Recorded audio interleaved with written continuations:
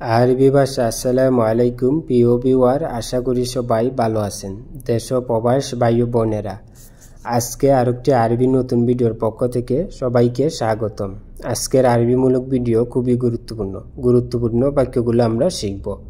প্রথমে আরবি, পরে বাংলা, যাতে বুঝতে সহজ হয়। তাই বন্ধুরা, ভিডিওটা না টেনে শেষ পর্যন্ত দেখবেন আর আমার চ্যানেলটি সাবস্ক্রাইব করবেন, পাশে থাকা বেল আইকনটি বাজিয়ে রাখবেন।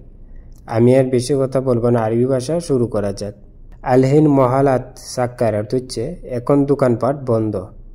এখন দোকানপাট বন্ধ আরবিতে বলতে হবে আলহিন মহালাত সাক্কার। এখানে আলহিন বা দাহিন অর্থ হচ্ছে এখন, মহালাত অর্থ হচ্ছে দোকানপাট, সাক্কার অর্থ হচ্ছে বন্ধ। তাহলে আমরা শিখলাম আলহিন মহালাত সাক্কার অর্থ হচ্ছে এখন দোকানপাট বন্ধ। তাই বুকরারু সুক ইস্তারি অর্থ হচ্ছে ঠিক আছে কাল মার্কেটে গিয়ে কিনবো। ঠিক আছে কাল মার্কেটে গিয়ে কিনবো আরবিতে বলতে হবে তাইব বুকরারু সুক ইস্তারি। এখানে তাইব অর্থ হচ্ছে ঠিক আছে বাবাকে, বুকরা অর্থ হচ্ছে আগামীকাল, রু অর্থ যাওয়া বা গিয়ে, বুকরারু কাল গিয়ে, সুক অর্থ হচ্ছে মার্কেট বা বাজার, ইস্তারি অর্থ হচ্ছে কেনাকাটা, সুক ইস্তারি মার্কেটে কিনবো। তাহলে আমরা শিখলাম তাইব বুকরারু সুক ইস্তারি অর্থ হচ্ছে ঠিক আছে কাল মার্কেটে গিয়ে কিনবো। বুকরা ইনতা জাক্কারনি অর্থ হচ্ছে কাল তুমি আমাকে মনে করিয়ে দিও। কাল তুমি আমাকে মনে করিয়ে দিও আরবিতে বলতে হবে বুকরা ইনতা জাক্কারনি। এখানে বুকরা অর্থ হচ্ছে আগামীকাল, ইনতা অর্থ তুমি, বুকরা ইনতা কাল তুমি, জাক্কার অর্থ হচ্ছে মনে করা, জাক্কারনি আমাকে মনে করিয়ে দিও। তাহলে আমরা শিখলাম বুকরা ইনতা জাক্কারনি অর্থ হচ্ছে কাল তুমি আমাকে মনে করে দিও।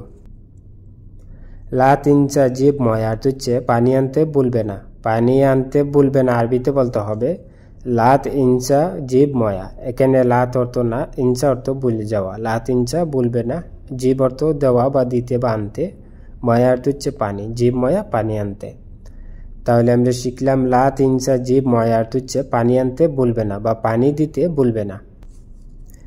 ইনতা ইনসা লেকিন আনা মা ইনসা অর্থ হচ্ছে তুমি ভুলে গেলেও আমি বলবো না। তুমি ভুলে গেলেও আমি বলবো না আরবিতে বলতে হবে ইনতা ইনসা লেকিন আনা মা ইনসা।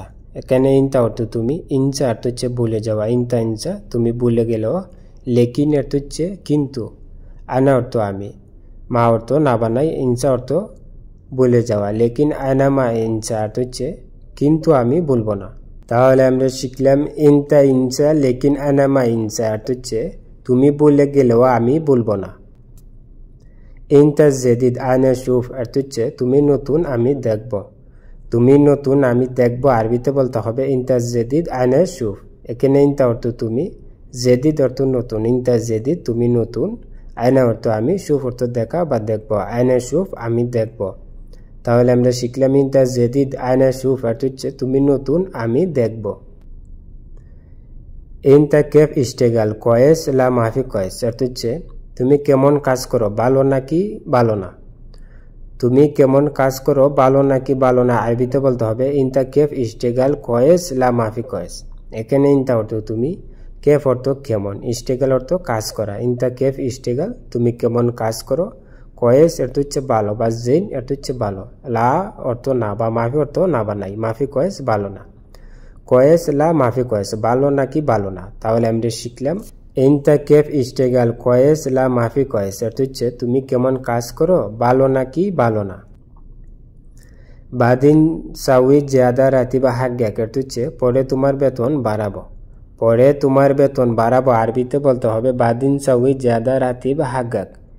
এখানে বাদিন অর্থ হচ্ছে পরে, সাউই অর্থ করা বা করব, বাদিন সাউই পরে করব, জিয়াদা অর্থ হচ্ছে বেশি বা বাড়ানো, রাতিব অর্থ হচ্ছে বেতন, হাগ্গাক অর্থ হচ্ছে তোমার, জিয়াদা রাতিব হাগ্গাক তোমার বেতন বাড়াবো। তাহলে আমরা শিখলাম বাদিন সাউই জিয়াদা রাতিব হাগ্গাক অর্থ হচ্ছে পরে তোমার বেতন বাড়াবো।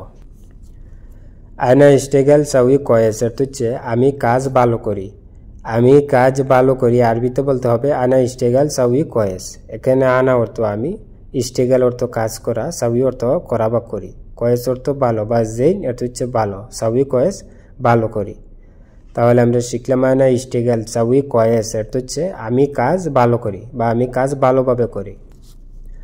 আনা আবগা ইস্তারি কবুজ অর্থ হচ্ছে আমার রুটি কিনতে হবে। আমার রুটি কিনতে হবে আরবিতে বলতে হবে আনা আবগা ইস্তারি কবুজ। এখানে আনা অর্থ আমি বা আমার, আবগা অর্থ হচ্ছে লাগবে বা হবে। আনা আবগা আমার হবে বা আমার লাগবে, ইস্তারি অর্থ কেনাকাটা, কবুজ অর্থ রুটি। ইস্তারি কবুজ রুটি কিনতে। তাহলে আমরা শিখলাম আনা আবগা ইস্তারি কবুজ অর্থ হচ্ছে আমার রুটি কিনতে হবে। আয়না গাবল সাউই তাজের অর্থ হচ্ছে আমি আগে ব্যবসা করতাম। আমি আগে ব্যবসা করতাম আরবিতে বলতে হবে আয়না গাবল সাউই তাজের। এখানে আয়না অর্থ আমি, গাবল অর্থ হচ্ছে আগে। আয়না গাবল আমি আগে, সাউই অর্থ হচ্ছে করা বা করতাম, তাজের অর্থ ব্যবসা, সাউই তাজের ব্যবসা করতাম। তাহলে আমরা শিখলাম আয়না গাবল সাউই তাজের অর্থ হচ্ছে আমি আগে ব্যবসা করতাম। ইনতা আমেল মিতাহিজ অর্থ হচ্ছে তোমার কর্মচারী কখন আসবে। তোমার কর্মচারী কখন আসবে আরবিতে বলতে হবে ইনতা আমেল মিতাহিজি। এখানে ইনতা অর্থ তোমার, আমেল অর্থ কর্মচারী বা লেবার বা কাজের লোক। ইনতা আমেল তোমার কর্মচারী, মিতা অর্থ কখন, হিজি অর্থ আসা বা আসবে, মিতাহিজি কখন আসবে। তাহলে আমরা শিখলাম ইনতা আমেল মিতাহিজি অর্থ হচ্ছে তোমার কর্মচারী কখন আসবে। মুমকিন বুকরা হিজি অর্থ হচ্ছে সম্ভবত কালকে আসবে। সম্ভবত কালকে আসবে আরবিতে বলতে হবে মুমকিন বুকরা হিজি। এখানে মুমকিন অর্থ সম্ভবত বা হতে পারে, বুকরা অর্থ আগামীকাল, হিজি অর্থ আসা বা আসবে। তাহলে আমরা শিখলাম মুমকিন বুকরা হিজি অর্থ হচ্ছে সম্ভবত আগামীকাল আসবে। মিতারু মক্তব অর্থ হচ্ছে কখন অফিসে যাবে। কখন অফিসে যাবে আরবিতে বলতে হবে মিতারু মক্তব। এখানে মিতা অর্থ কখন, রু অর্থ যাওয়া বা যাবে, মক্তব অর্থ অফিস। তাহলে আমরা শিখলাম মিতারু মক্তব অর্থ হচ্ছে কখন অফিসে যাবে বা কবে অফিসে যাবে। আনা আসমাতু কুল্লু শাই অর্থ হচ্ছে আমি সব কিছু শুনেছি। আমি সব কিছু শুনেছি আরবিতে বলতে হবে আনা আসমাতু কুল্লু শাই।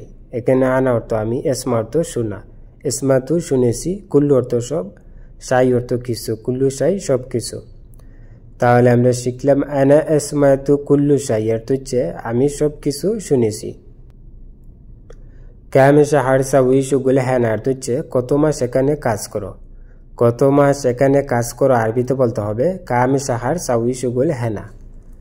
কাম অর্থ হচ্ছে কত, শাহার অর্থ হচ্ছে মাস, কাম শাহার কত মাস, সাউই অর্থ করা, শুগুল অর্থ কাজ, হেনা অর্থ এখানে, সাউই শুগুল হেনা এখানে কাজ করো। তাহলে আমরা শিখলাম কাম শাহার সাউই শুগুল হ্যানা অর্থ হচ্ছে কত মাস এখানে কাজ করো। ইনতা এবগা শুগুল অর্থ হচ্ছে তোমার কাজ লাগবে।